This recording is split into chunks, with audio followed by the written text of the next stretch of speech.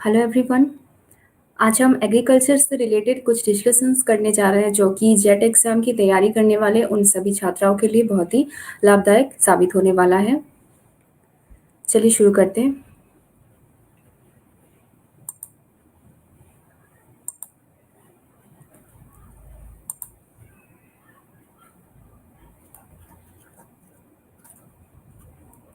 तो सबसे पहले हम बात करने जा रहे हैं कुछ जनरल कंसेप्ट के बारे में जो कि एग्रीकल्चर से रिलेटेड है। फर्स्ट है इसमें क्रॉपिंग सिस्टम।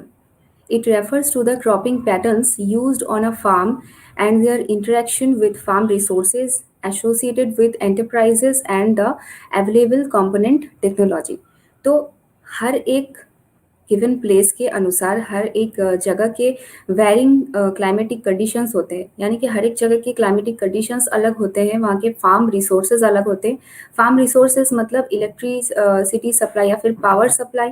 उसके बाद वाटर रिसोर्सेज की इरिगेशन के लिए हम कहाँ से वाटर यूज़ कर रहे हैं, मानसूनल रेन के वाटर है या फिर इरिगेशन वाटर है या फिर कैपिलरी वाटर है वो।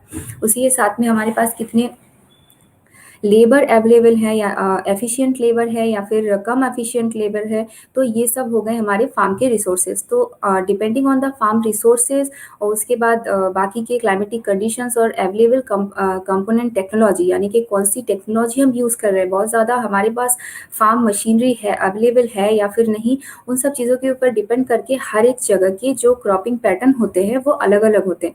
तो इन सब क्रॉपिंग पैटर्न को हम क्रॉपिंग सिस्टम कहते हैं अकॉर्डिंग टू द प्लेस और farm resources and etc. Next topic है dry farming. Cultivation of crops in areas where annual rainfall is less than 750 mm called as dry farming. Dry farming is practiced in arid regions with the help of moisture concentration practices.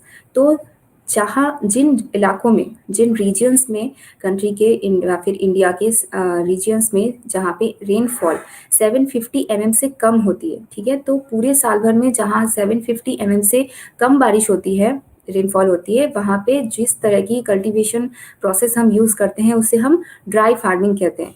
ठीक है, dry farming कहाँ पे कौन से जगह में ज़्यादातर की जाती है, एरिड रीजियंस के, ठीक है, इंडिया के एरिड रीजियंस में ज़्यादातर ड्राई फार्मिंग की जाती है और एरिड रीजियंस में सबसे पहले नाम आता है ऑब्वियसली राजस्थान का। ठीक है, तो इसमें ड्राई फार्मिंग करने के लिए हम मॉइस्चर कंसंट्रेशन प्रैक्टिसेस का यूज़ करते हैं, जिससे कि ज़्यादा से ज़्यादा मॉइस्चर हम प्लांट्स में और उसके बाद सॉइल में एब्जॉर्व कर सके और उसका वेस्टेज बिल्कुल ना हो।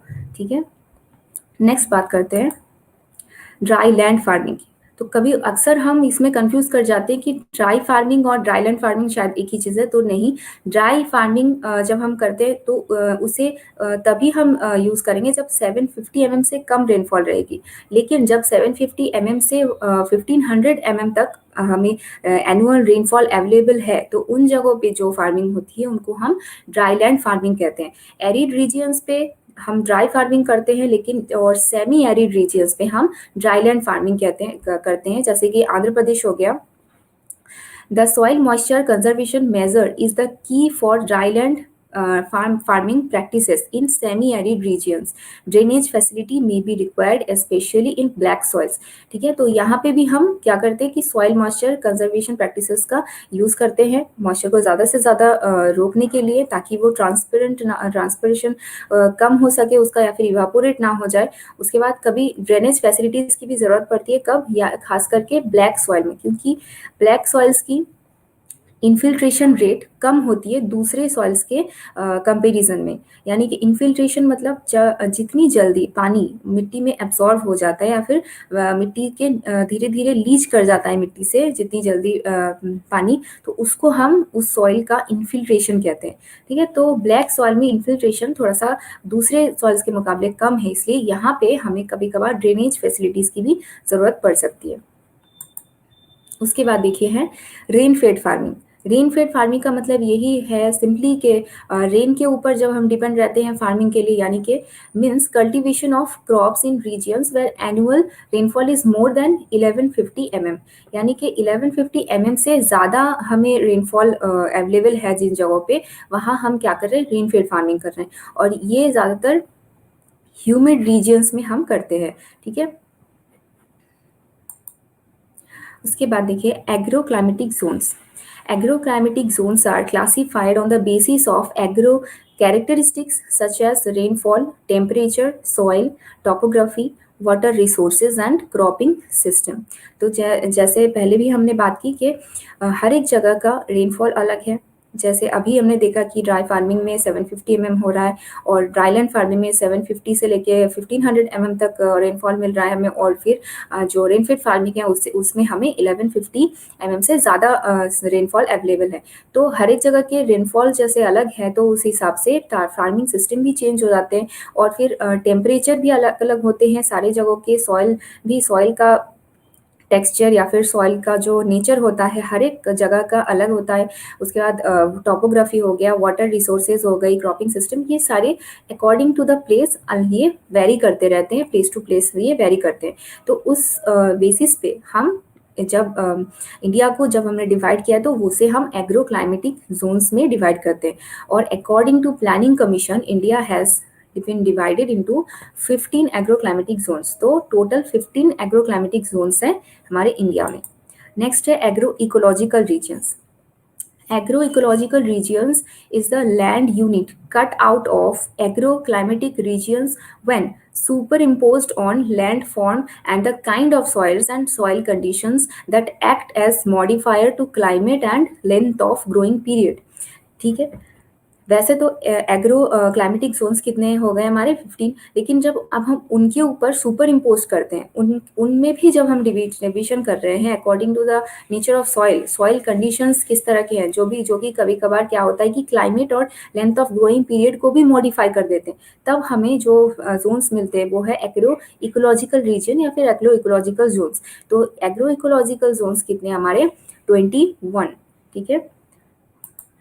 नेक्स्ट है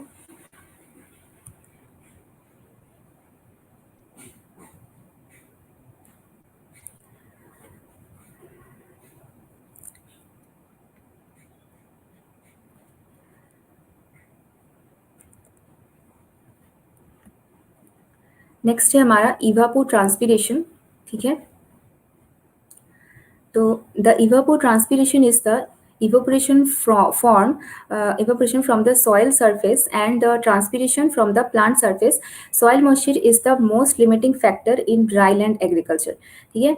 तो evapotranspiration हम कंबाइन करके कह रहे हैं इवापोरेशन को और ट्रांसपिरेशन प्रोसेस को. इवापोरेशन मेनली कहाँ से हो रहा है कि सॉइल से हो रहा है इवापोरेशन, और ट्रांसपिरेशन जो हो रहा है वो हो रहा है कि प्लांट से हो रहा है. ठीक है. तो इन दोनों प्रोसेस को जब हम कंबाइन करते हैं तब उसे हम कहते हैं evapotranspiration. Soil moisture is the most limiting factor in dry land agriculture. Dry land agriculture में सॉइल मॉइस्चर बहुत ही लिमिटिंग फैक्टर होता है. मॉइस्चर हमें कंजर्व करके रखना होता है. About 60 to 70% of the rainfall is lost through evaporation. Evaporation से क्या होता है 60 to 70% जो वाटर होता है रेनफॉल से जो वाटर हमें मिलता है उसका 60 to 70% इवापोरेशन से हम लॉस्ट कर देते हैं. उसके बाद evapotranspiration losses can be reduced by use of mulches, anti transpirants and wind breaks. ठीक है.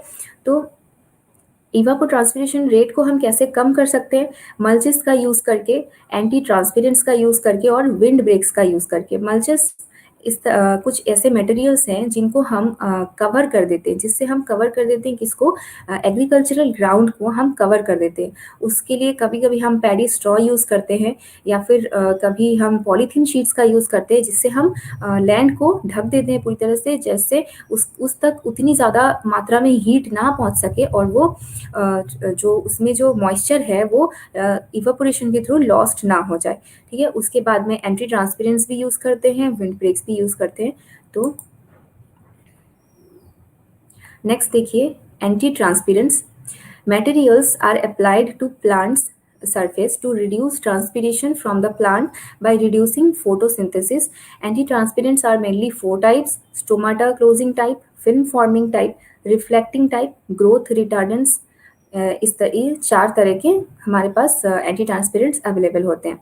तो जो मटेरियल्स क्या करते हैं कि प्लांट के सरफेस में कवर या फिर फ़िल्म टाइप की कोई एक लेयर बना देते हैं और उससे क्या करते हैं कि हमारी जो फ़ोटोसिंथेसिस प्रोसेस होती है, वो कम हो जाती है या फिर ट्रांसपिरेशन प्रोसेस जब कम हो जाती है, तो उन सारे मटेरियल्स को हम एंटी ट्रांसपेरेंट्स कहते हैं। स्टोमाटा क्लोजिंग टाइप में क्या होता है कि प्लांट्स के जो लीफ में स्टोमाटा होते हैं, उन्हीं से वाटर वेपर बनता है, ठीक है? उन्हीं के थ्रू वाटर प्लांट्स की बॉडी से बाहर आता है और वेपर में कन्वर्ट हो जाता है।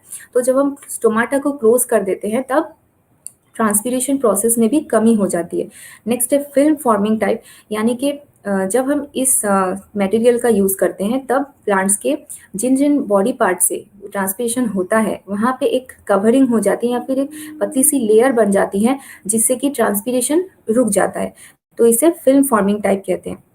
नेक्स्ट है रिफ्लेक्टिंग टाइप। जितनी ज़्यादा मात्रा में हीट आएगी प्लांट बॉडी के ऊपर पड़ेगी, उतनी ज़्यादा मात्रा में क्या होगा कि प्लांट ट्रांसपिरेशन का प्रोसेस रेट उतना ज़्यादा बढ़ जाएगा। लेकिन जब हीट को हम रिफ्लेक्ट करते रहेंगे, तो फिर ट्रांसपिरेशन प्रोसेस भी उसी के साथ साथ डिक्रीज होता रहेगा। ग्रोथ रिटर्डेंस। प्लांट्स फोटोसिंथेसिस बहुत ज़्यादा से ज़्यादा तभी करेगी जब उसकी ग्रोथ भी बहुत ज़्यादा मात्रा में होगी। तो ग्रोथ रेट को अगर हम कम कर देते हैं जब, उसके लिए जो हम एंटी ट्रांसपीरेंट्स का यूज़ करते हैं, तब उसे ग्रोथ रिटर्डेंस कहते हैं। एग्जाम्पल के तौर पे जैसे देखिए मोबिलिफ है, हेक्साडेकानॉल है, सिलिकॉन है, ऑयल्स है, वैक्स है, कायोलिन है, साइटोस साइकोसेल है। ये सब हमारे एंटी ट्रांसपीरेंट्स के एग्जाम्पल हो गए। नेक्स्ट है wind breaks and shelter belts. Wind breaks are such structures which break wind flow to reduce wind speed. ठीक है, विंड के फ्लो को जब हम कम कर देंगे, तब उसी के साथ विंड की स्पीड भी कम हो जाएगी। तो इस तरह के जो भी स्ट्रक्चर हम विंड स्पीड को कम करने के लिए यूज करते हैं, वो हमारे विंड ब्रेक्स कहलाते हैं। While shelter belts are rows of trees or shrubs planted across wind direction for the protection of plants from winds, adverse conditions of climate, etc. तो विंड की वेलोसिटी को तो कम करते ही हैं, उसी के साथ साथ जब हम एडवर्स कंडीशन ऑफ क्लाइमेट क्या हो गए, जैसे कभी तूफान आया, साइक्लोन आता है, या फिर कोई पेस्ट अटैक होता है, ठीक है, इंसेक्ट अटैक होता है, तो उस वक्त भी ये क्या करते हैं, शेल्टर बेल्ट होते हैं, ये हमारे प्लांट्स को हमारे क्रॉप प्रोडक्शन की लॉस नहीं होने देते, क्रॉप्स फेलियर होने से हमें बचाते हैं, या तो पूरी तरह से या फिर कुछ परसेंट तक पूरी तरह से क्रॉप फेलियर होने के चांसेस कम हो जाते हैं।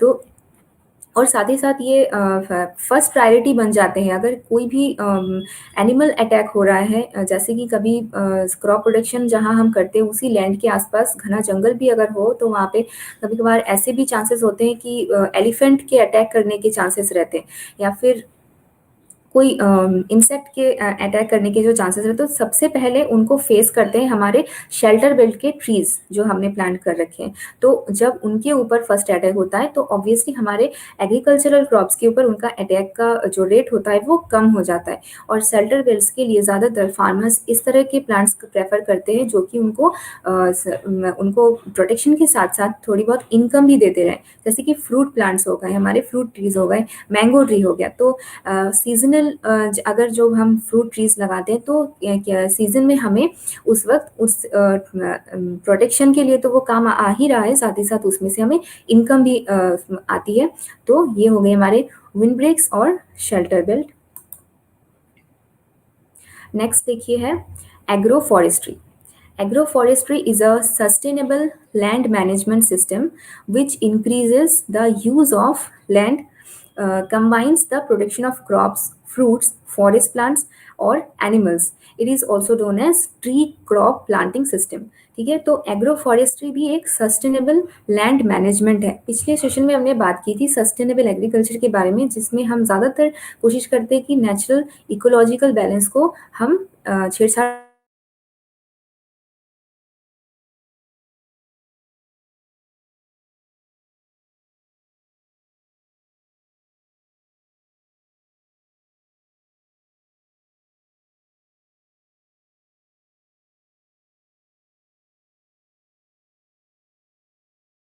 को भी और एनिमल्स की भी हम हेलो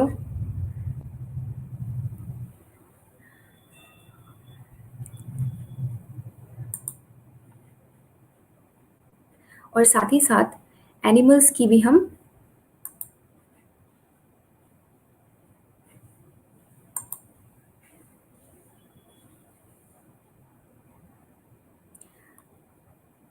भी हम प्रोडक्शन करते हैं। तो इट इज ऑल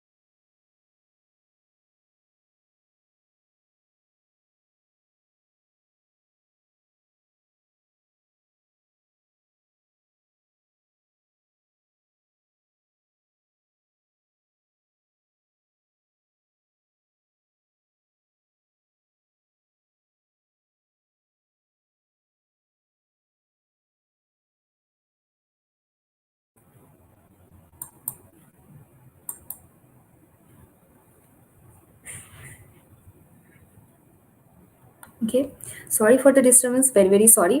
तो फिर से वापस आते हैं हम कंपोनेंट्स ऑफ एग्रो फॉरेस्ट्री के ऊपर। देखिए, agrisilviculture, सिल्वो पास्चुरल system, agro सिल्वो पास्चुरल system, agree horti Silvi cultural system और एग्री सिल्वी एक्वाकल्चर सिस्टम। ठीक है, तो एग्री सिल्वी कल्चर हम कब कहेंगे उस प्रोसेस को, जब हम एग्रीकल्चर कर रहे हैं और साथ ही साथ सिल्वी कल्चर भी कर रहे हैं। एग्रीकल्चर कब करेंगे, जब एग्रीकल्चर क्रॉप्स की कल्टीवेशन हो रही है तो ऑब्वियसली एग्रीकल्चर हो गया, और जब हम फॉरेस्ट क्रॉप्स की कल्चरिंग कर रहे हैं तो वो हो गया हमारा सिल्वी कल्चर। उसके बाद देखिए नेक्स्ट है सिल्वो पास्चुरल सिस्टम, यानी कि silviculture plus pasture management. जब हम सिल्वी कल्चर भी करते हैं और उसी के साथ साथ में हम, यानी कि जो पॉस्चर लैंड मतलब हो गया आपके जो डोमेस्टिक एनिमल्स के ग्रेजिंग लैंड होती है, ठीक है, उनके ग्रेजिंग लिए जो हम जब हम पॉस्चर मैनेजमेंट करते हैं, ठीक है, तो इसको हम तब सिल्वो पास्चुरल सिस्टम कहते हैं। फिर है देखिए agro सिल्वो पास्चुरल system, agriculture crops plus forest crops plus pasture management. ठीक है, तो एग्रीकल्चर भी करते हैं, साथ ही साथ क्रॉपिंग कर रहे हैं हम फॉरेस्ट क्रॉप्स की भी, और साथ में हम पास्चर मैनेजमेंट भी कर रहे हैं। नेक्स्ट देखिए agri horti silviculture system, यानी कि agriculture plus horticulture plus silviculture. फिर है agri Silvi aquaculture system, agriculture plus forest crops plus fish production. तो इस प्रोसेस के लिए ज़्यादातर हम राइस कल्टीवेशन चूज करते हैं, क्योंकि राइस कल्टीवेशन का जो बाई प्रोडक्ट होगा वो ऑब्वियसली फिश प्रोडक्शन के भी बहुत काम आता है। तो ये कुछ हो गए components of agro forestry. Next बात करते हैं वेदर एंड क्लाइमेट। ठीक है, हम हमेशा कंफ्यूज करते हैं कि वेदर एंड क्लाइमेट में डिफरेंस क्या है। तो weather is the condition of the atmosphere at a particular place over a short period of time, and climate refers to the weather pattern using statistical data of a place over a long period of time। जब हम short period of time में किसी भी एक given place के climate atmospheric conditions की बात करते हैं तब उसे हम वेदर कहते हैं। और जब हम ओवर अ लॉन्ग पीरियड, जब हम लंबे समय तक के लिए किसी एक गिवन प्लेस में किस तरह के एटमोस्फियरिक कंडीशंस है उस बारे में बात करते हैं, और तब हम उसे कहते हैं क्या, क्लाइमेट। ये ज़्यादातर हम वेदर पैटर्न्स के ऊपर निर्भर करता है कि किस तरह का वहाँ का क्लाइमेट होगा, और स्टैटिस्टिकल डेटा भी इसमें हमारी हेल्प करते हैं। Climatology studies climatic change and is the atmospheric science. ठीक है, तो क्लाइमेटोलॉजी हमारी इस क्लाइमेटिक चेंजेस के स्टडी में क्लाइमेटोलॉजी हमारी हेल्प करती है। नेक्स्ट है atmosphere, it is a colourless, tasteless and odourless mixture of gases that surround the earth. यानी कि ये कलरलेस ऑब्वियसली ट्रांसपेरेंट होता है, टेस्टलेस भी होता है, और इसमें कोई स्मेल भी नहीं रहती है। तो ये एटमोस्फियर की डेफिनेशन होगी आपकी। नेक्स्ट है composition of atmosphere with major gases. जो खास करके मेन जो गैसेस रहते हैं एटमॉस्फेयर के कंपोजिशन में उनकी बात करें तो उसमें देखिए है नाइट्रोजन हो गया, ऑक्सीजन है, आर्गन है, कार्बन डाइऑक्साइड है, नियोन है। तो कौन सी गैस कितनी मात्रा में रहती है? 78.08% हमारा नाइट्रोजन रहता है, 20.95% हमारा ऑक्सीजन रहता है, 0.93% आर्गन रहता है, 0.03% कार्बन डाइऑक्साइड रहता है, 0.0018% नियोन रहता है। इनमें से बहुत ज़्यादा इंपॉर्टेंट है नाइट्रोजन, कार्बन डाइऑक्साइड, ऑक्सीजन। ये तो आपको बिल्कुल याद रखनी है। नाइट्रोजन बहुत ज़्यादा रिपीट होता है किसी भी एग्जाम में, कितनी परसेंट नाइट्रोजन की मात्रा रहती है हमारे एटमॉस्फेयर में, या फिर आपको अमाउंट भी कह दिया जा सकता है और कहा जा सकता है कि इतनी अमाउंट में कौन सी गैस एटमॉस्फेयर में मौजूद होती है। ठीक है, नेक्स्ट है फॉर्म्स ऑफ प्रेसिपिटेशन। ठीक है, फॉर्म्स ऑफ प्रेसिपिटेशन। प्रेसिपिटेशन हम सिर्फ बारिश को नहीं कहते हैं, किसी भी तरह की अगर फॉलिंग हो रही है from the above to the earth surface तो उसको ही हम प्रेसिपिटेशन कहते हैं। उसमें बहुत सारे टाइप्स होते हैं या फिर बहुत सारे कंपोनेंट्स है उसके, जैसे हो गया rain, drizzle, snow, dew, frost, fog, mist, vapour etcetera. तो रेन कब रेन किसे कह रहे हैं? जब वाटर ड्रॉपलेट्स, ठीक है, drops of greater than 0.5 to 6 mm इतनी साइज की जब वाटर ड्रॉपलेट्स का प्रेसिपिटेशन हो रहा है तब वो हो गया हमारा रेन। ठीक है, उसके बाद जब less than 0.5 mm water droplets की साइज जब 0.5 mm से कम रहेगी तब वो हो जाएगा ड्रिजल। उसके बाद स्नो कब होगा? जब आइस क्रिस्टल की फॉलिंग होती है, ओले पड़ते हैं, ठीक है, तो उसको हम कहते हैं कि स्नो। ठीक है, ice crystal resulting from sublimation. Due हो गया हमारा moisture condensed in small drops upon cool surface. ठीक है, जो जितनी भी ठंडी सरफेस होती है, पत्तों के ऊपर दिखाई पड़ता है, ग्रासेस के ऊपर दिखाई पड़ता है, तो इन सब के ऊपर क्या होती है कि ठंडी के वक्त ज़्यादातर ये होता है कि स्मॉल वाटर ड्रॉपलेट्स जम जाते हैं बहुत ज़्यादा मॉइस्चर होने के कारण एटमॉस्फेयर में, तब उसे हम ड्यू कहते हैं। उसके बाद देखिए Frost, a feathery deposit of ice. Ice crystals जब फॉलिंग करते हैं तब वो हो गया स्नो, लेकिन जब फेदरी डिपॉजिट ऑफ आइस हो रहा है तो वो हो गया हमारा फ्रॉस्ट। ठीक है, यहाँ इंडिया में ज़्यादातर फेदरी डिपॉजिट कम ही देखने को मिलता है, यानी कि फ्रॉस्ट कम देखने को मिलता है, ज़्यादातर स्नो फॉल ही देखने को मिलता है। उसके बाद देखिए fog, a thin cloud of varying size. ठीक है, बहुत ही पतली अगर हम क्लाउड की बात करें तो वो हो गया फॉग। उसके बाद बहुत अगर पतला फॉग को और अगर हम थीन कर देते हैं और बहुत ही उस बिल्कुल ट्रांसपेरेंट तो नहीं लेकिन थोड़ा बहुत ट्रांसपेरेंट हो जाएगा तो वो हो जाएगा हमारा मिस्ट। उसके बाद वेपर, वाटर वेपर को ही हम वेपर कह रहे हैं। जब वाटर का फॉर्म चेंज होता है गैसियस फॉर्म में तो उसी को हम वेपर कहते हैं। और देखिए यहाँ पे लिखा हुआ है कि atmosphere percent of constitutes only about 0.00% of the total global water, यानी कि पूरे विश्व में, पूरे वर्ल्ड वाइड जितना वाटर है उसका सिर्फ 0.001% ही वाटर वेपर में कन्वर्ट होता है। ठीक है, इसमें से एक और इम्पॉर्टेंट हो गया आपका जैसे कि स्मॉग। ठीक है, यहाँ पे फॉग लिखा है तो स्मोक और फॉग के कॉम्बिनेशन से बनता है स्मॉग। ठीक है, स्मॉग, ये क्वेश्चंस काफ़ी ज़्यादा दोहराए जाते हैं कि स्मॉग किन दोनों चीज़ों का कॉम्बिनेशन होता है, तो हो गया स्मोक और फॉग का कॉम्बिनेशन होता है। बहुत ज़्यादा पॉल्यूशन होने की वजह से वो स्मोक फॉग के साथ मिक्सड हो जाता है और स्मॉग में कन्वर्ट हो जाता है। ठीक है, नेक्स्ट है फेनोमेनन। ठीक है, तो फेनोमेनन में आज बात करते हैं हम जैसे कि आइसो प्लेट्स, आइसोबार, आइसोबार्स, ये सब के बारे में जो आपने फिजिक्स में अगर साइंस के से बिलोंग करते हैं साइंस के स्टूडेंट्स तो ऑब्वियसली आपने फिजिक्स में पढ़ा होगा। तो ये इमेजिनरी लाइंस होते हैं जो कि कुछ ऐसे प्लेसेस को काउंट करते हैं या फिर ऐसे प्लेसेस को कनेक्ट करते हैं, जॉइंट करते हैं जिन प्लेसेस के कुछ सिम्टम्स एक जैसे होते हैं। तो उन सब के बारे में हम बात कर रहे हैं। जैसे कि देखिए कंट्योर हो गया लाइंस जॉइंटिंग इक्वल एलिवेशंस। उसके बाद आइसोप्लेट्स हो गया lines jointing uniform values of any phenomena. उसके बाद isobar imaginary line connecting points of equal atmospheric pressure, यानी कि जिन जगहों की एटमॉस्फेरिक प्रेशर एक जैसी होती है उनको अगर हम एक इमेजिनरी लाइन से कनेक्ट करें तो वो हो गया हमारा आइसोबार। उसके बाद देखिए isohyets lines of connecting points of equal amount of rainfall, जिन जगहों की बारिश यानी कि रेनफॉल समान मात्रा की होती है, ठीक है, ठीक है, जितनी में बारिश हो रही है मिलीमीटर, तो वो जब एक जैसी होती है तब उसको हम कहते हैं आइसो हाइट्स। उसके बाद isobars, imaginary line connecting points of equal water table elevations. जिन जगहों की वाटर टेबल एलिवेशन एक जैसी, वाटर टेबल मतलब कि सॉइल सरफेस के नीचे जो हमारी वाटर लेवल होती है, लेवल ऑफ जो वाटर होती है, कभी किसी जगह में बहुत जल्दी, जब हम जैसे कि बात कर लेते हैं कि कुएं, जब हम कुआं होते हैं तो तब कभी कभार बहुत जल्दी पानी निकल आता है, उसमें कभी बहुत ज़्यादा लेट होता है। तो ये डिपेंड करता है उस जगह के वाटर टेबल के ऊपर कि पानी कितना ज़्यादा ऊपर है या फिर नीचे है। तो जिन जगहों के वाटर टेबल एक जैसे होते हैं उनको जब हम एक इमेजिनरी लाइन से कनेक्ट कर रहे हैं तब उसको हम आइसोबाथ कहते हैं। उसके बाद lines connecting points of equal sunshine hours, ये हो गया हमारा आइसो हिल्स। जिन जगहों में इक्वली सनशाइन मिलती है, जितनी घंटों की, जैसे किसी जगह में टोटल 8 घंटे की सनशाइन मिलती है या फिर कहीं किसी जगह में बहुत ज़्यादा कम सनशाइन मिलती है, तो उन सब जिन जगहों की सिमिलैरिटी है, जिन जगहों में, उनको जब हम इक्वल करते हैं या फिर ज्वाइंट करते हैं तब उसे आइसो हिल कहते हैं। उसके बाद ये isophene, lines connecting points of similar seasonal phenomenon. जिन जगह की क्लाइमेटिक कंडीशंस, सीजनल कंडीशंस, ठीक है, सीजनल कैरेक्टरिस्टिक्स, क्लाइमेटिक कैरेक्टरिस्टिक्स एक जैसी होती है, उसके लिए है आइसोफेन। आइसोथर्म हो गया टेम्परेचर, थर्म से ही आप रिलेट कर सकते हैं टेम्परेचर से, यानी कि lines connecting points of equal temperature. Isotope, elements having equal number of neutrons, obviously ये आपने फिजिक्स में इसके पहले पढ़ा होगा।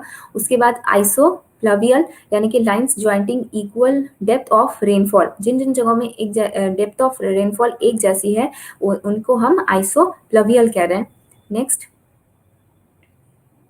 आइसोटेक, lines connecting points of equal wind velocity. जिन जगहों की विंड वेलोसिटी एक जैसी है उसको, उसके लिए है आइसोटेक। आइसोडेमिक हो गया आपके जिन lines which join the places of similar disease severity. जिन जगहों में लगभग एक जैसे ही डिजीज होते हैं, ठीक है, तो उनके लिए है आइसोडेमिक। नेक्स्ट है इंस्ट्रूमेंट्स एंड देयर यूजेस। कौन सा इंस्ट्रूमेंट हमारे किस काम आता है। वैसे तो इंस्ट्रूमेंट की भरमार है, बहुत ज़्यादा, बहुत सारे इंस्ट्रूमेंट्स होते हैं जो कि हमारे किसी न किसी मेजरमेंट के काम आता है, लेकिन यहाँ पे हम खास करके उन मेजरमेंट की या फिर उन इंस्ट्रूमेंट्स की ही बात करेंगे जो एग्रीकल्चर से ज़्यादा रिलेट करता है। जैसे देखिए एल्टीमीटर, ये हो गया हाइट नापने के लिए काम आता है। फिर है एनारॉयड बैरोमीटर, ये एटमॉस्फेरिक प्रेशर के लिए प्रेशर मेजर करने के काम आता है। एनारॉयड बैरोमीटर कभी कभार हो सकता है कि सिर्फ आपको बैरोमीटर लिखा हुआ है, तो ये भी दोनों एक ही चीज़ है, ठीक है। उसके बाद है एनीमोमीटर, ये काम आता है विंड स्पीड नापने के लिए। फिर विंड फोर्स इन सी, इसके लिए कौन सा हम इंस्ट्रूमेंट यूज़ करते हैं, ब्यूफोर्ड स्केल। जब हम समुद्री इलाकों में समुद्र के ऊपर से जब हम मान लीजिए कि जर्नी कर रहे हैं, तब समुद्र के ऊपर, समुद्र के ऊपरी तल में कितना विंड फोर्स है उसको नापने के लिए ब्यूफोर्ड स्केल यूज होता है। उसके बाद ये क्रेस्कोग्राफ, इसे यूज करते हैं हम ग्रोथ ऑफ प्लांट मेजर करने के लिए। प्लांट्स की ग्रोथ कितनी हो रही है, जैसे कि हमने कोई एक प्लांट आज प्लांट किया, आज हमने कोई एक प्लांट लगाया, ठीक है, उसके 10 दिन बाद उस प्लांट के ग्रोथ में कितनी बढ़ोतरी आई है या फिर कितनी मात्रा में उसकी ग्रोथ हो रही है, तो उसे जब हम नापेंगे तब हम क्रेस्कोग्राफ का यूज़ करेंगे। उसके बाद dynamometer, converts mechanical energy to electrical energy. उसके बाद ये कैम्बल स्टोक्स, ये ड्यूरेशन ऑफ सनशाइन, यानी कि सनशाइन की ड्यूरेशन नापने के लिए हम कैम्बल स्टोक्स का यूज़ करते हैं। ईसीजी, ऑब्वियसली ये पता होगा आपको पहले से, मूवमेंट ऑफ हार्ट नापने के काम आता है। देखिए विंड वेन, विंड डायरेक्शन, यानी कि किस दिशा से विंड चल रही है और किस दिशा को जा रही है, उसे नापने के लिए हम विंड वेन यूज़ करते हैं। बहुत ज़्यादातर ये फील्ड, बड़े बड़े जो फार्म लैंड होते हैं वहाँ पे ये विंड वेन आपको देखने को मिलेंगे। उसके बाद टेंसियोमीटर, सॉइल मॉइस्चर टेंशन, ठीक है, सॉइल मॉइस्चर टेंशन नापने के काम आता है tensiometer. Galvanometer, electric currents measure करने के लिए काम आता है। पोरोमीटर, स्टोमेटल बिहेवियर के मेजरमेंट के लिए काम आता है। उसके बाद देखिए साइक्रोमीटर, रिलेटिव ह्यूमिडिटी नापने के काम आता है साइक्रोमीटर। लैक्टोमीटर, हम डेंसिटी ऑफ मिल्क मेजर करते हैं, यानी कि मिल्क पतली है कि बहुत ज़्यादा घनी है, ठीक है, उसके लिए हम लैक्टोमीटर का यूज़ करते हैं। लाइसीमीटर, इवापो ट्रांसपीरेशन को नापने के काम आता आता है, ठीक है, कितनी मात्रा में इवापोट्रांसपिरेशन हो रहा है, यानी कि इवापोरेशन हो रहा है सॉइल से प्लस ट्रांसपिरेशन हो रहा है प्लांट से, तो उसको नापने के लिए हम लाइसीमीटर यूज करते हैं।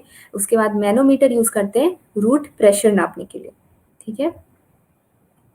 नेक्स्ट है वेदर फोरकास्टिंग। जैसे हमने बात की वेदर के बारे में, तो हम पहले से पता चल जाता है कि कब तूफान आने वाला है या फिर कब बहुत ज़्यादा बारिश होने वाली है। तो इस बारे में कैसे पता चलता है? वेदर फोरकास्टिंग से। जब हम पहले से एक आने वाले समय के क्लाइमेटिक कंडीशंस को नाप लेते हैं या फिर प्रेडिक्ट कर लेते हैं, तब हम उसे वेदर फोरकास्टिंग कहते हैं। तो ये मेनली कितने 3 तरह के होते हैं, शॉर्ट रेंज, मीडियम रेंज और लॉन्ग रेंज, ठीक है। शॉर्ट रेंज हम किसे कहते हैं? जब हम 3 दिन से कम या फिर 3 दिन तक की फोरकास्टिंग करते हैं, यानी कि आने वाले 3 दिनों तक किस तरह के क्लाइमेटिक कंडीशंस रहेंगे, वेदर कैसा रहेगा, टेम्परेचर, रेनफॉल एक्सेट्रा, तो तब हम उसे शॉर्ट रेंज वेदर फोरकास्टिंग कहते हैं। मीडियम रेंज कब कहेंगे? जब 1 से लेकर 10 दिन तक का हम प्रेडिक्शन कर रहे हैं, तब उसे हम मीडियम रेंज फोरकास्टिंग कहते हैं। उसके बाद है लॉन्ग रेंज। 10 दिन से ज़्यादा की जब हम फोरकास्टिंग कर रहे हैं, वो महीने भर का हो सकता है, उससे 2 महीने 3 महीने या फिर साल भर तक का भी हो सकता है। तो ये हो गया, नहीं सॉरी, साल भर तक का नहीं, मैक्सिमम 3 महीने तक का हम इसमें लॉन्ग रेंज में फोरकास्टिंग कर सकते हैं। तो और लॉन्ग रेंज फोरकास्टिंग साल भर में 3 बार की जाती है, ठीक है। तो ये हो गया हमारा 3 टाइप के फोरकास्टिंग। अब हो गया the short range forecasting is issued twice a day and valid for 36 hour, यानी कि दिन में 2 बार हम शॉर्ट रेंज फोरकास्टिंग करते हैं। और जो वो प्रेडिक्शन किए हुए हमारे पास डेटा रहते हैं, उनकी वैलिडिटी कितने दिन की होती है? 36 आवर्स तक की होती है, ठीक है। उसके बाद the long range forecast are issued thrice in a year and are useful for choosing cropping patterns. तो ये लॉन्ग रेंज फोरकास्टिंग के ऊपर डिपेंड करके क्रॉपिंग पैटर्न्स या फिर क्रॉपिंग सिस्टम चूज किए जाते हैं कि क्योंकि हमारे जो एग्रीकल्चरल सीजन होते हैं, वो भी हमारे 3 होते हैं, खरीफ, रबी और जायद। तो इसलिए हम क्रॉपिंग पैटर्न चूज करते हैं किसके ऊपर? लॉन्ग रेंज फोरकास्टिंग के ऊपर डिपेंड करके। उसके बाद देखिए synoptic method of forecasting is used for short range forecast, ठीक है। तो शॉर्ट रेंज फोरकास्ट के लिए हम कौन सा मेथड यूज करते हैं? Synoptic method. अब है क्रिटिकल स्टेज अप्रोच, ठीक है। The state of growth when plants are most sensitive to shortage of water. Critical stage का मतलब होता है कि कठिन स्टेज, ठीक है। तो हर एक प्लांट के पूरे लाइफ साइकिल में कोई ना कोई एक ऐसा स्टेज आता है जब वो वाटर के शॉर्टेज के कारण बहुत सेंसिटिव हो जाता है या फिर उस प्लांट की डेथ भी हो सकती है। तो बहुत किन किन क्रॉप्स में कौन कौन सी ये स्टेजेस है, ये हम जान लेते हैं। जैसे कि राइस में बूटिंग, पेनिकल इनिशिएशन और फ्लावरिंग स्टेज, ये sensitive to shortage of water, ठीक है। ये सेंसिटिव स्टेजेस हैं वाटर स्ट्रेस के लिए। उसके बाद है वीट का CRI यानी कि crown root initiation stage, tillering stage, jointing stage, flowering और मिल्किंग स्टेज वीट के क्या होता है? सेंसिटिव होता है। उसके बाद कॉटन के लिए है फ्लावरिंग और बॉल फॉर्मेशन स्टेज, और ग्राउंड नट के लिए है फ्लावरिंग, पेगिंग और पॉड फॉर्मेशन स्टेज सेंसिटिव, ठीक है। नेक्स्ट है प्रोटीन कंटेंट इन सीरियल। अब हम बात करेंगे कि सीरियल्स में, पल्सेस में या फिर ऑयल सीड्स में कितनी मात्रा में प्रोटीन रहती है, ठीक है। तो राइस में प्रोटीन कितना रहता है? 6 to 7%। मेज में आपके हो गया 10%, बाजरा में रहता है 11 to 12%, व्हीट में रहता है 11 to 12%। यहाँ पे देखिए लिखा हुआ है ग्लूटेन, ठीक है। तो जब हम कभी आटा लगाते हुए देखा होगा आपने या फिर खुद भी लगा होगा, तो उसमें चिपचिपाहट होती है जो हमारे हाथ के साथ में चिपक जाती है, तो उसी को हम क्या कहते हैं? ग्लूटेन कहते हैं। तो जब ग्लूटेन कंटेंट के ऊपर हम डिपेंड करते हैं, तो व्हीट में कितना होता है? 11 to 12% ग्लूटेन होता है। ग्लूटेन कंटेंट के ऊपर ही डिपेंड करके अलग अलग वेराइटीज के व्हीट भी मार्केट में आते हैं। उसके बाद सॉर्गम में 11 to 12% प्रोटीन होता है। बार्ली, उसमें होता है 11.5% प्रोटीन। उसी ग्लूटेन के जैसे ग्लूटेन जैसे व्हीट से रिलेटेड है, उसी तरह से देखिए एल्बुमिनॉइड्स है बार्ली के लिए। नेक्स्ट है प्रोटीन कंटेंट्स इन पल्सेस, यानी कि दलहनी क्रॉप्स में कितनी मात्रा में प्रोटीन रहती है। तो ग्राम में हो गया 1%, लेंटिल में हो गया 25%, पी में है 22.5%, अरहर में 21 to 25%, मूंग में है 25%, उर्द में 24%, काउपी में है 23.4%। यहाँ देखिए लिखा हुआ है नोन एज वेजिटेबल मीट, यानी कि काउपी को वेजिटेबल मीट भी कहा जा सकता है। ये भी आपके एमसीक्यू क्वेश्चन में आ सकता है कि what is called as vegetable meat, options में रहेंगे आपका काउपी, या फिर काउपी को भी लिया जा सकता है। काउपी का दूसरा नाम क्या होता है, या फिर इसे और दूसरी किस नाम से जाना जाता है, ठीक है। नेक्स्ट है protein content in oil seeds. Soybean में कितनी प्रोटीन रहती है, 42%, ग्राउंड नट में हो गया आपका 26%, सीसम में है 18 to 20%, लिनसीड में 36%, सेफ्लावर में 40 to 45%, ठीक है। तो ये कुछ बहुत ज़्यादा इंपॉर्टेंट ऑयल सीड्स हैं जिनके प्रोटीन कंटेंट के बारे में हमने बात की है। और ये भी आपको याद रखना है कि सोयाबीन में सबसे ज़्यादा प्रोटीन कंटेंट होता है, ठीक है। सोयाबीन में सबसे ज़्यादा प्रोटीन कंटेंट होता है, ये भी आपके एमसीक्यू क्वेश्चंस में आ सकता है। नेक्स्ट है classification of crops based on families. हमें ये पता है कि जब क्रॉप्स की बात आती है तो उनके बॉटनिकल नेम्स की बात आती है, उनके फैमिलीज की बात आती है, तो हर एक क्रॉप्स अलग अलग फैमिली से बिलोंग करता है। तो यहाँ हम स्टडी कर लेते हैं कि कौन से क्रॉप्स कौन सी फैमिली से बिलोंग करता है, क्योंकि इसमें से भी आपको एमसीक्यू क्वेश्चन में पूछा जाता है कि जैसे सोलेनेसी फैमिली से बिलोंग करता है इन फॉलोइंग क्रॉप में से कौन सा क्रॉप, या फिर जैसे कि टोमेटो कौन से फैमिली से बिलोंग करता है, उसमें आपको फैमिलीज के नाम ऑप्शन में दिए रहेंगे। तो ग्रैमिनी, उसका दूसरा नाम पोएसी है। ग्रैमिनी और पोएसी इसमें कंफ्यूज नहीं करना, ये दोनों एक ही फैमिली है। उसके तो इनमें से कौन कौन से क्रॉप्स बिलोंग करते हैं, देखिए सीरियल्स क्रॉप्स जितने भी हो गए, यानी कि ग्रास लाइक क्रॉप्स जो है, तो राइस, मेज, बाजरा, व्हीट, सोरगम, बार्ली, ये सब ग्रामिनी से बिलोंग करते हैं। उसके साथ साथ नेपियर ग्रास भी। फिर लेगुमिनोसी, इससे बिलोंग करते हैं कौन से, पल्सेस जितने भी होते हैं, ग्राउंड नट, सनहेम, ये सब लेगुमिनेसी से बिलोंग करते हैं। सोलेनासी से बिलोंग करते हैं ब्रिंजल, टोमेटो, पोटैटो, चिलीज और टोबैको। क्रूसीफेरी से हो गया, इसका दूसरा नाम हो गया आपका ब्रासिकासी, ठीक है। मस्टर्ड, रेडिस, कैबेज, कॉलीफ्लावर, ये सब है क्रूसीफेरी में आते हैं। और क्यूकरबिटासी में आते हैं ऑल, गर्ड्स, क्यूकम्बर्स, पम्पकिन, ये सब आते हैं हमारे क्यूकरबिटासी में। मलवेसी में आते हैं कॉटन, भिंडी, उसके बाद में एस्टेटासी में आते हैं सनफ्लावर, सेफ्लावर और नाइजर। उसके बाद है चिनोपोडियासी में आते हैं स्पाइनक, बीट, सुगर बीट। और उसके बाद यूफरबियासी में है कैस्टर, टॉपिका। एलियासी में ऑनियन और गार्लिक हो गया। और जिंजिबेरासी से हो गया जिंजर और टर्मेरिक, ठीक है।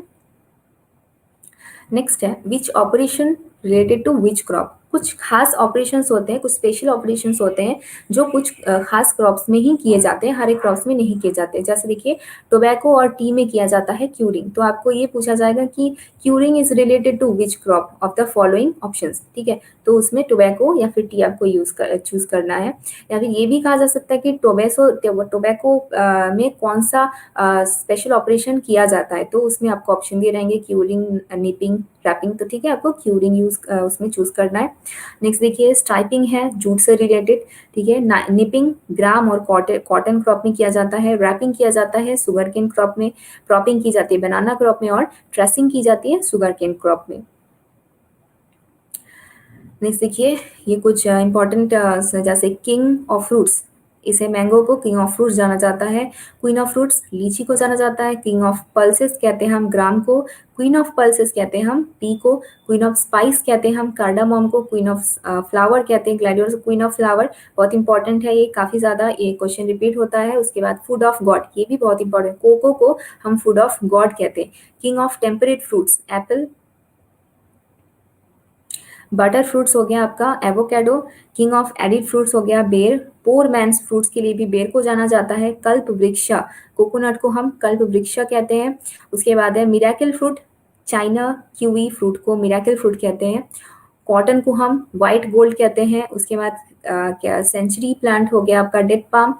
उसके बाद किंग ऑफ फॉरेस्ट, टीक को कहा जाता है king of forest, teak plant को। उसके बाद क्वीन ऑफ बेवरेजेस हो गया आपका tea. Some important facts.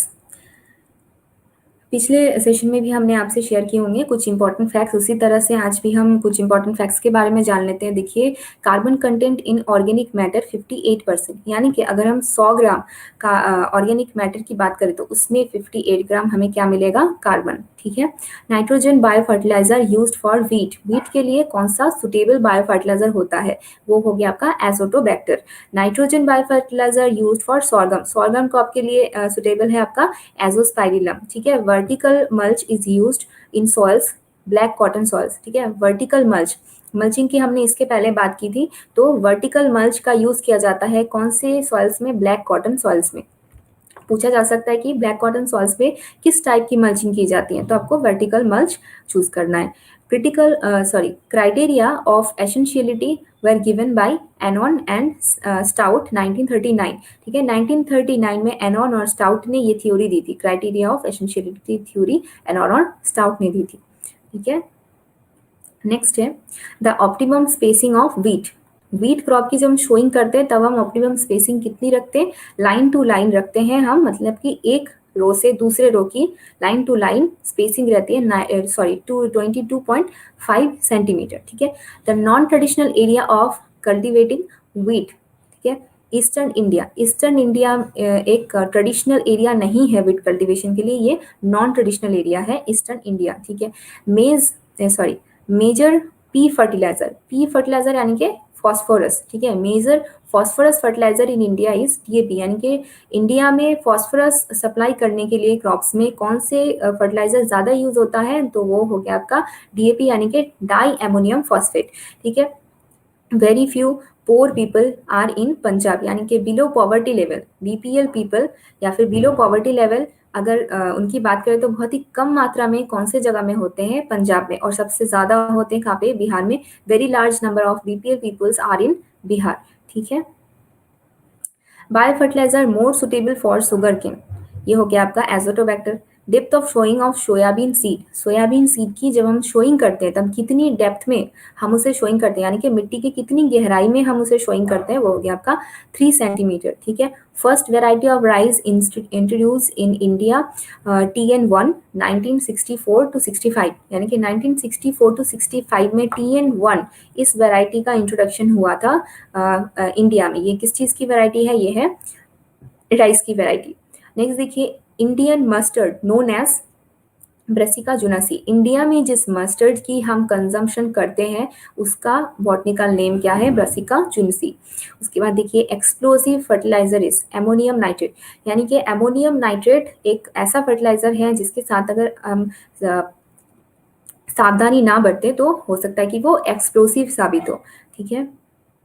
Next है most important soil group of India, ये हो गया आपका एलुवियल सॉइल। ठीक है। एलुवियल सॉइल यानी कि सबसे ज्यादा देखा जाता है इंडिया के ज्यादातर पार्ट्स में, ये सॉइल ग्रुप ही ज्यादा देखने को मिलता है। उसके बाद इन एसएसपी सल्फर कंटेन्स 12%, एसएसपी मतलब सिंगल सुपर फॉस्फेट। ठीक है। सिंगल सुपर फॉस्फेट ये भी एक फर्टिलाइजर है और इसमें सल्फर की मात्रा कितनी होती है, 12%। Micro nutrient deficient in Indian soil is zinc, तो इंडिया के सॉइल्स में जिस माइक्रो न्यूट्रिएंट की कमी सबसे ज्यादा देखने को मिलती है वो हो गया हमारा जिंक। ठीक है। उसके बाद spike tooth harrow is a type of implement, ये हो गया आपके सेकेंडरी टिलेज में यूज होने वाला एक इम्प्लीमेंट। ठीक है। ये स्पाइक टूथ हैरो यूज होता है सेकेंडरी इम्प्लीमेंट में। उसके बाद देखिए, most widely used for correcting soil acidity, ये हो गया आपका लाइम। लाइम यूज करते हैं हम कब, जब सॉइल में बहुत ज्यादा एसिडिटी की मात्रा होती है तब उसे करेक्ट करने के लिए हम लाइम का ही मोस्टली यूज करते हैं। उसके बाद diara cultivation method is followed in cucurbits, cucurbits के कल्टीवेशन के लिए हम दियारा कल्टीवेशन मेथड यूज करते हैं। क्वेश्चंस में आपके आ सकता है कि diara cultivation is related to which crop, ठीक है, या फिर क्यूकर बीट्स में कौन से कल्टीवेशन मेथड यूज किया जाता है। ये कुछ हो गए आपके इंपॉर्टेंट फैक्ट्स। तो आज हमने आपके साथ में ये सारी इम्पॉर्टेंट डेटाज जो है वो शेयर किया है, जो बहुत ही ज़्यादा यूज़फुल होगा आपके जेट के प्रिपरेशन के लिए। आज के सेशन को हम यहीं पर ख़त्म करते हैं और अगले सेशन में हम आपके साथ और भी ऐसे ही इम्पॉर्टेंट बहुत सारे डेटाज या फिर बहुत सारी इन्फॉर्मेशन शेयर करने वाले हैं बहुत ईजी वे में, ताकि आपको याद रखने में भी बहुत आसानी हो। तो वेरी मच फॉर वॉचिंग, जुड़े रहिए हमारे साथ। Thank you.